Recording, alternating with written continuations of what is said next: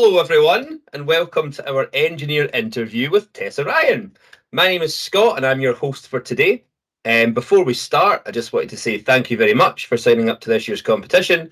For those of you who don't know, this is the Leaders Award competition where we ask the question, if you were an engineer, what would you do? Pupils from the ages of 3 to 19 anywhere in the UK can join, and every single person who takes part will receive a named and graded certificate from a real-life engineer, just like the ones we interview.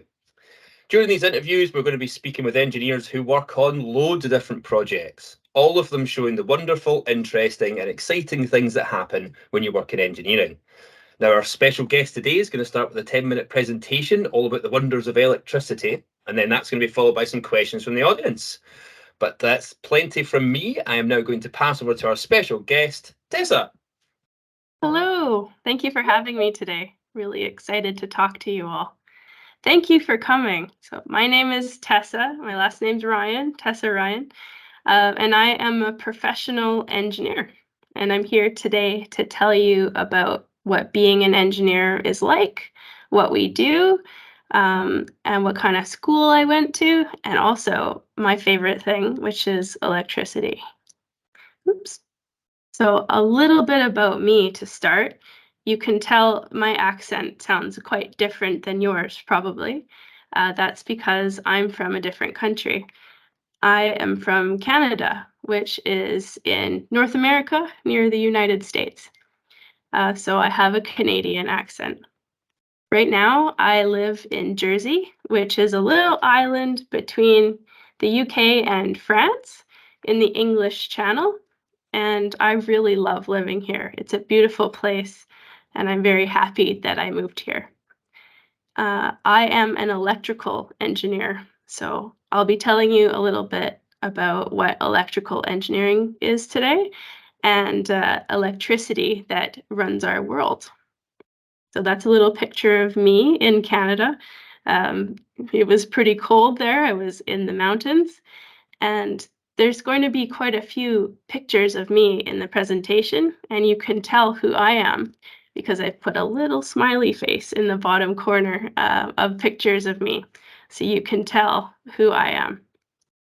Okay? So the first thing we should talk about is what is an engineer? So you might have some really good ideas about what an engineer already is. I'll tell you what I think an engineer is.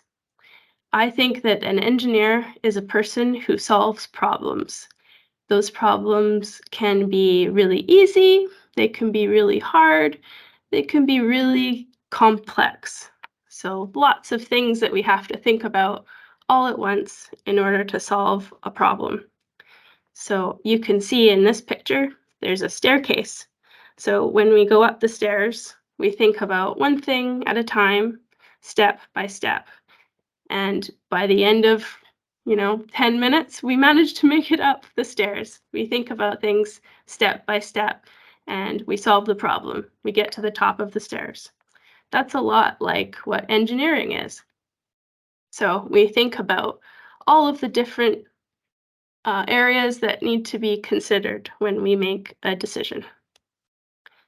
So engineers go to school for a little while longer than some other people do. So I did a lot of school, but I really, really had fun. This is a couple of photos of me while I was at school.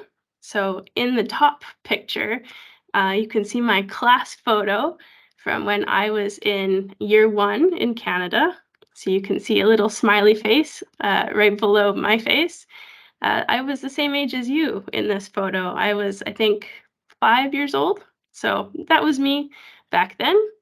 And then I went to regular school and then went to uni. So I took an engineering degree at uni, and you can see me in my awesome hat when I finally finished that school. So I had a lot of fun.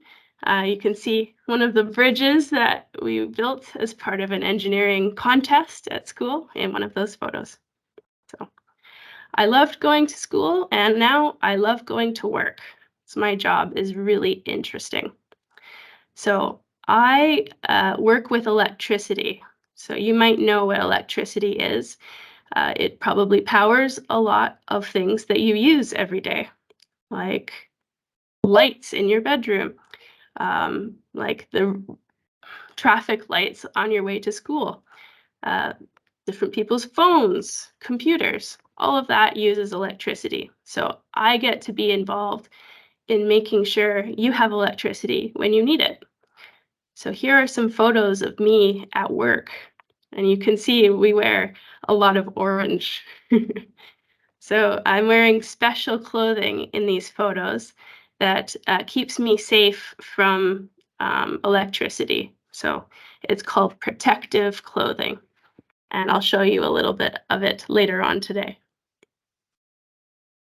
Okay, so you probably know a little bit about electricity already, but let's talk about how we use it in the world. So we need electricity all the time. There are so many things that we use every day that use electricity. Uh, the heating in your home, keep it warm in the winter, or staying cool in the summer if you have air conditioning, that depends on electricity. It can also depend on gas, but increasingly, it's more common to have electricity power these things. Lots of different lights use electricity. The microwave, you might have an electric hob that your family makes food on. The toaster, you can see toast flying out of the toaster in the top corner. If you make a cup of tea, sometimes you need to use an electric kettle. Our trains that get us around, and sometimes electric cars as well. We do our laundry in electric washing machines. We have fridges that keep our food cold and safe to eat. We have our vacuum cleaners that clean our house. So there are very many things that use electricity. Maybe you can think of a couple more. So now that we know what uses electricity to work, we might want to know, how does electricity work? So many of you might have seen water coming out of a pipe before. Maybe when you go and wash your hands after going to the loo, you can see the water coming out of the pipe. And you can turn the faucets on and off, the taps on and off, to have a little bit more water, a little bit less water coming out of the pipe. So electricity works the same way, very similar, except instead of being in a pipe, electricity uses a metal wire. So the metal wires carry something called electrons. Just like water flows through the pipe, the wire has electrons that flow through the wire. You can't see it, but it's very powerful. And it's important to know that it can be very dangerous. So you need to have an adult with you when you're dealing with anything electrical, and you need to understand what's going on. So all you need to know is that electricity actually has something moving, and it uses a wire, just sort of like a pipe that contains water that's moving. Okay? So what does an engineer have to do with electricity? So I, as an electrical engineer, help to get electricity from where we make it at a generating plant to your house, to your school, to your shops, all of those places. So my job has a lot to do with moving electricity from one place to another, so it's always there when you need it. So there are a couple places that electricity can come from, and you might know of some already. We have some pictures on this slide here. You can see wind power. You might have seen windmills before, out for a drive. You might have seen solar panels before. Those are different places where we generate, where we make electricity, and then we move it to people, to houses, to shops with wires. Because if you remember, the wires are used to have electricity flow, move from one place to another. So you see the big towers outside. They might be a wooden pole, or they could be a really tall metal tower, and there's strings. It look like strings going from tower to tower. Those are electrical wires. and those are how we get the electricity to your house. So you can put electricity through wires in the air, but you can also put it through something called a cable, which goes in the ground. And we dig a big hole, and then we put the cables in the hole, and they run underground, and we cover everything up with sand and soil again. So cables are really cool, and I brought an example to show you right here. So this is a very special kind of cable.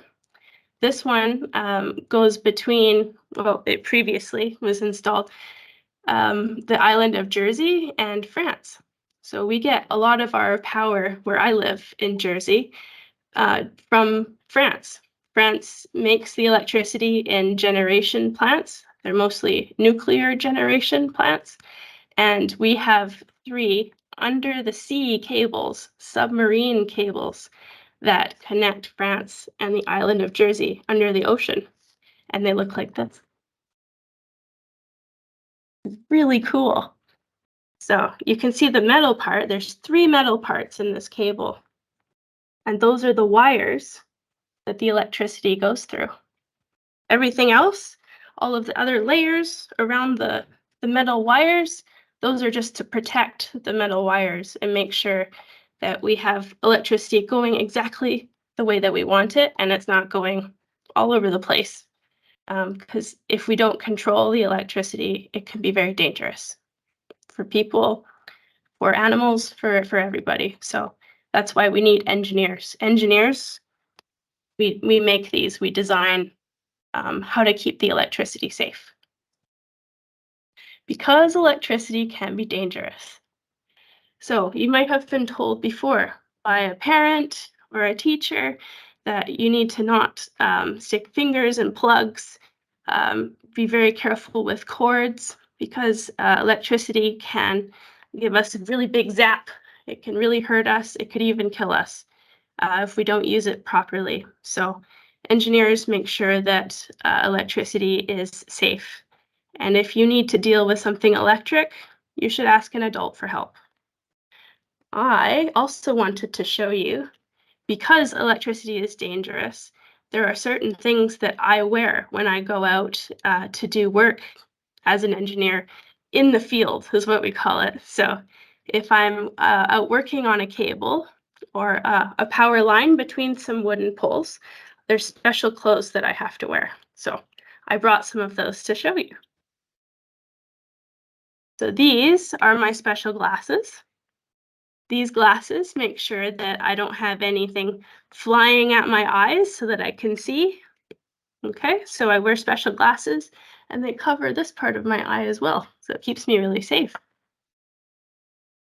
This is my hard hat. There we go. Ooh, it has a chin strap.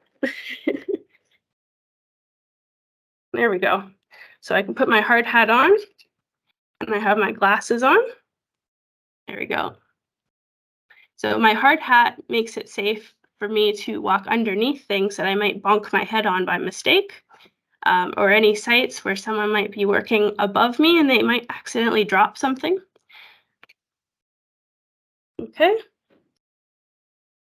I also have a special outfit right here. It's very orange. This is my orange outfit. Okay, and it has reflective pieces on it so people can see me when it's dark. They're reflective, like what you would wear if you were going to ride a bike at nighttime. So that's that. And then this fabric keeps me from being shocked. It's arc resistant, so it keeps me safer around electricity. I also have big boots that I wear when I need to, which have steel toes on them. So engineers make electricity safe. So we keep ourselves safe by wearing things like our hard hats, our special glasses, and our really big orange suits. But we make special pieces of equipment that control electricity so that it only goes where we want it to and it doesn't get to escape, right? So If I go back to a cable, here's our cable. This is another one, a really big one, and it only has one metal piece, so it's just one phase.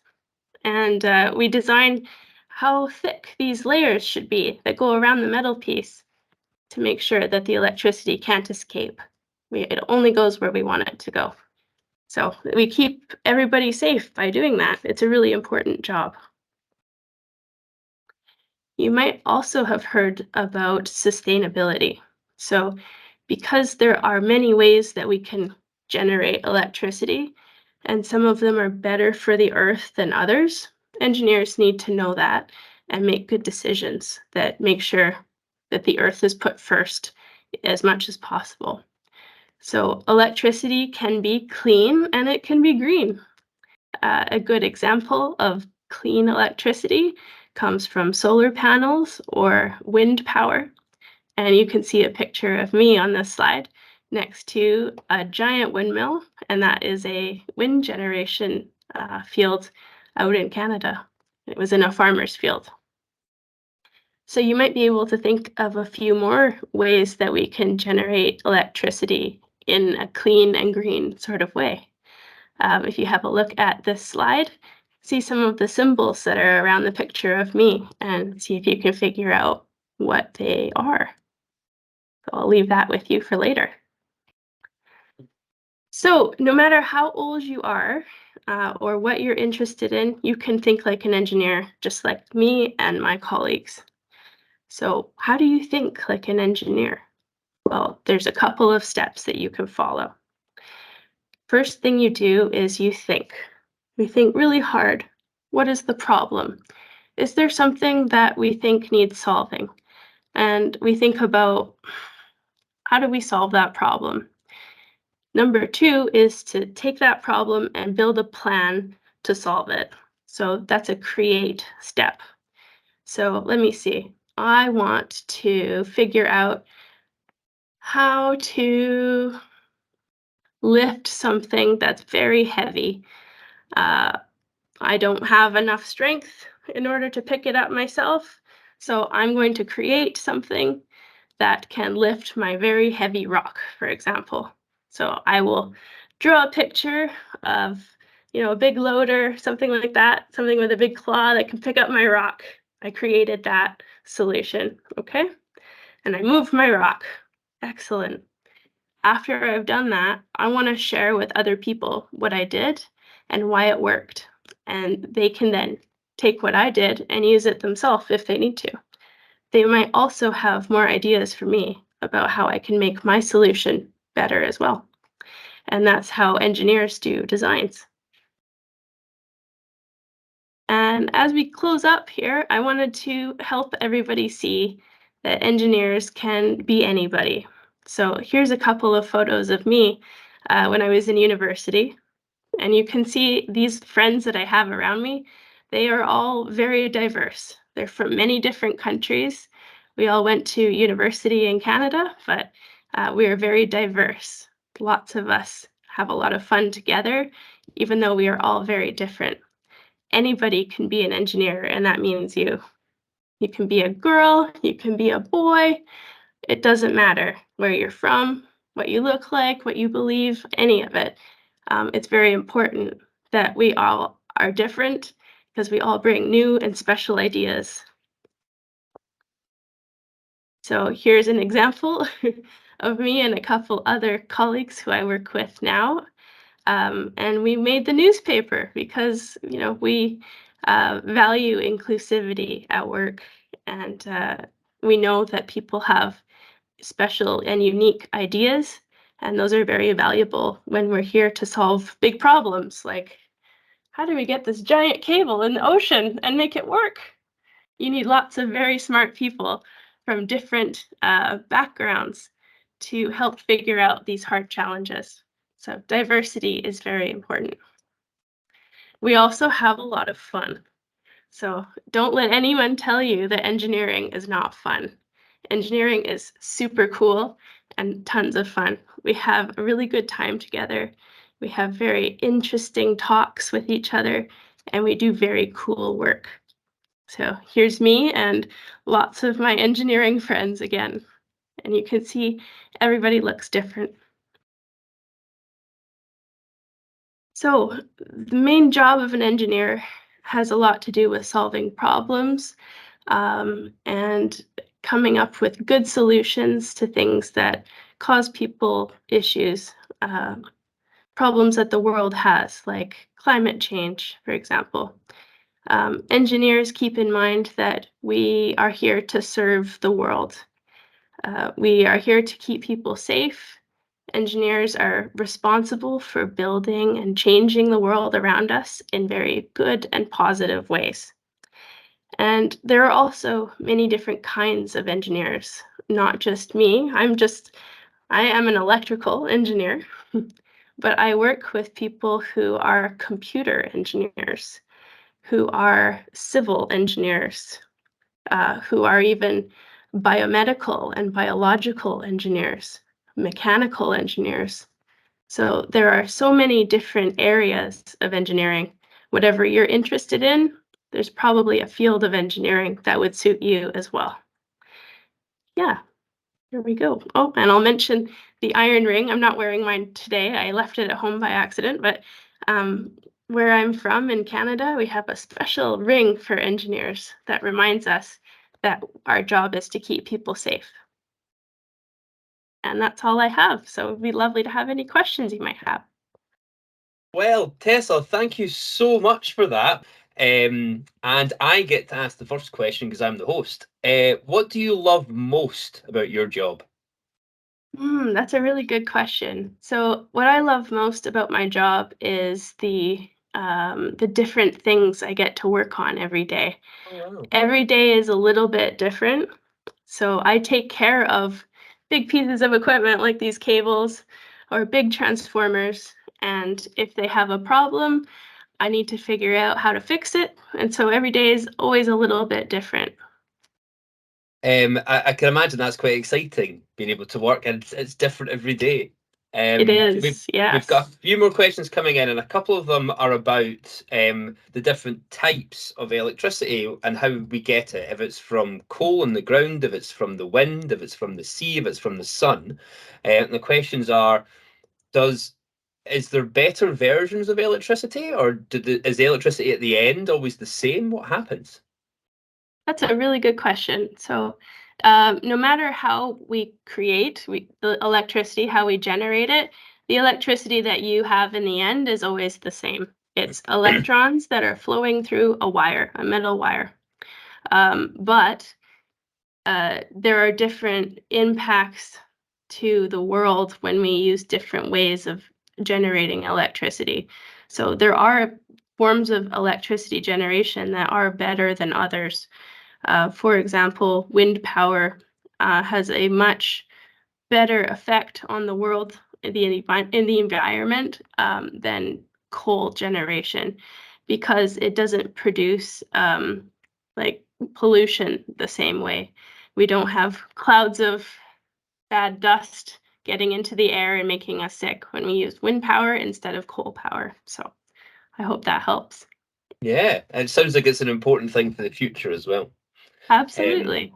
so we've got some more questions in here. This one comes from Louisa.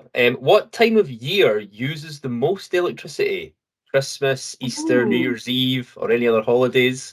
I'd never thought about different times using it differently. Yeah, that's a really interesting one. So, for most of the world, it's a winter load that would be the highest. So, most people use the most power and electricity when it's cold outside and they need to heat their homes and their schools and their businesses. However, because of climate change and global warming, that's changing a little bit. So sometimes the very hottest days in the summer have the most electricity need. So it's different. Different where you are in the world, and like how big of a difference there is between a really cold winter and a really hot summer. Wow, I suppose, yeah, it's a big, big world, so it depends where you are. We've got another Yes. question in here from Roxanne, and Roxanne asks, did you always know you wanted to be an engineer? What made you think about becoming one? Oh. No, when I was younger, I wanted to be a lawyer or a diplomat, actually. Oh, wow. Yeah. But I found that I really enjoyed science and science classes in particular. And I realized that there is,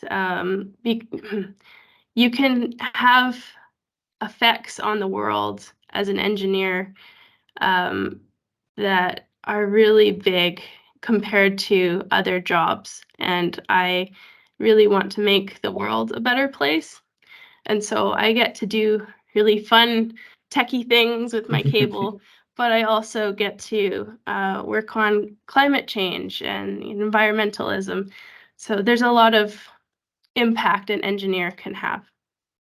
Wow, so you get to have more impact on the world. I like that. I just had a Yeah. question actually because you brought the cable up again, and I asked. So when you showed us it cut up, and we could see the Yeah. middle of it, there seems to be lots of different layers. And now, when I Yeah. think of a cable, I think of a wire like this, but that's Yep. much bigger. So what are all the different layers made of?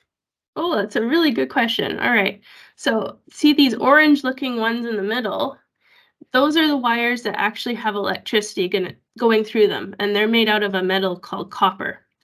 Okay, and then around them, this is actually made out of paper. It's made of Oh paper wow! with oil in it. Yeah, they're called paper and lead cables, basically. So we don't really use this type anymore, but this is an old cable.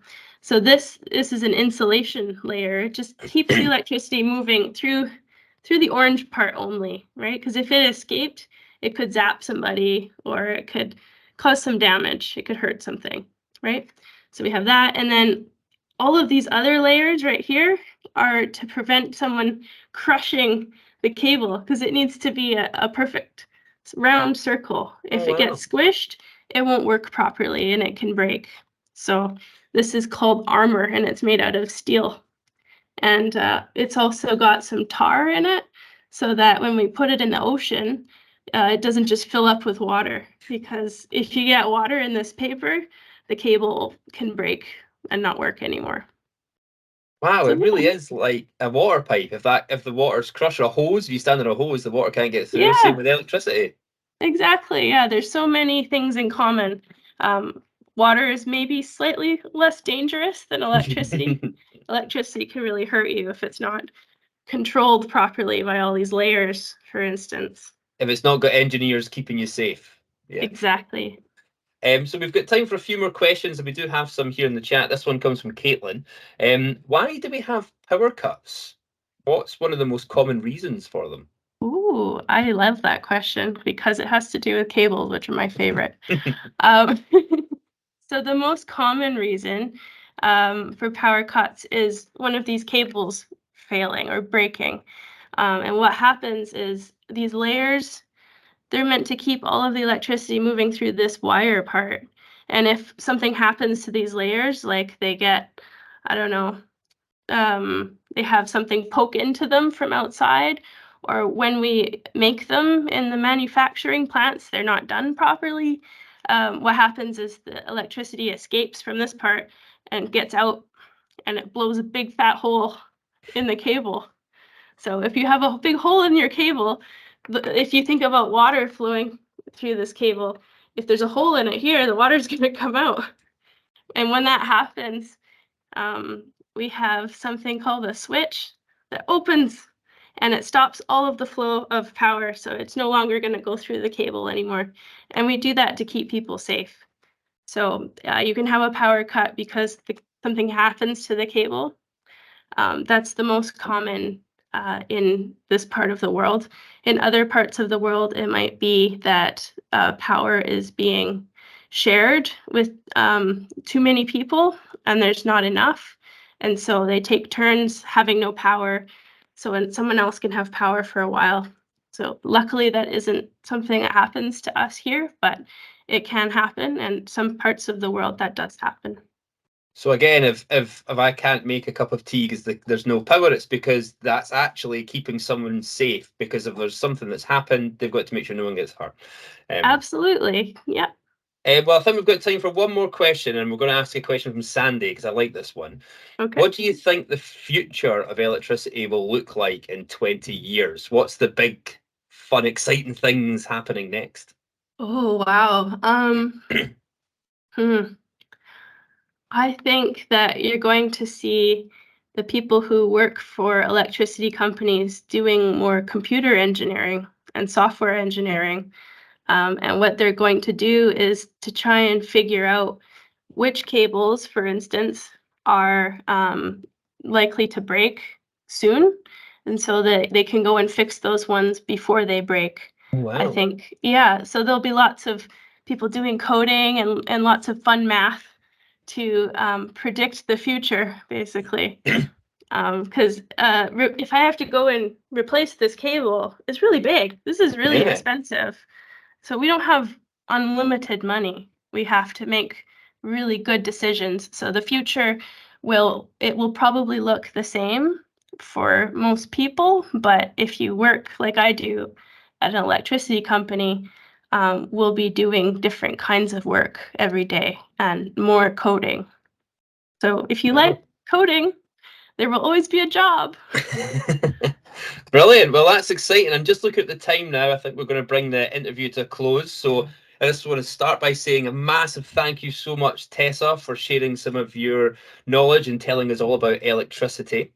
And also thank you for inspiring all the engineers in the making out there, because everyone out there, it is your turn to come up with your own engineering ideas. Remember and send them to us once you've finished so we can get our certificates sent out to you, and then we'll hopefully see you in person at our public exhibitions in May. So for now, I want to say a massive thank you again to Tessa, and thank you everyone for joining us. And remember, if you were an engineer, what would you do?